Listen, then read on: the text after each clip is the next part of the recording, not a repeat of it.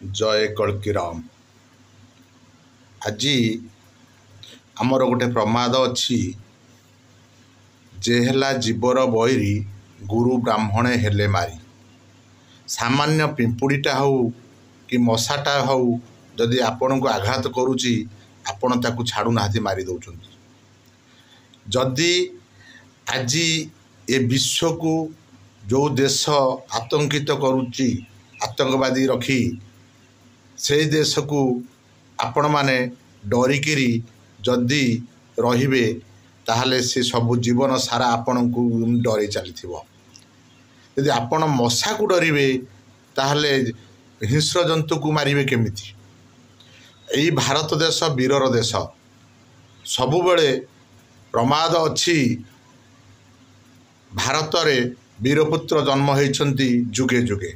महाभारत युद्ध होइछि, राम रावणकर युद्ध होइछि, एमती अनेक युद्ध ए भारत वर्ष रे होइछि।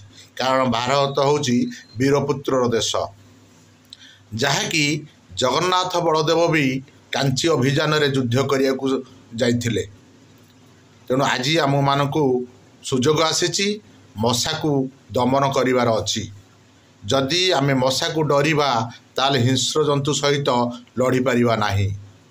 तेणु ए देशर सुरक्षा, ए देशर सामर्थ्य, ए देशर अर्थनैतिक बहुत अन्य देश अपेक्षा बहुत अधिका अछि। तेणु आज ए सन्त्रासवादी की दमन करा जाऊ, मशा को जुग जुग पाई हटा जाऊ। कारण मशा को जदि आमे डरिबा हिंस्र जंतु संगे लड़ी पारिबा नाही। एही सुजोग जदि आम देश हाथ छड़ा कर दिए सबुदिन पाई पछुआ होई रहिजिवो, जहाँकि भीरु देश बोली प्रमाणित होइजिवो।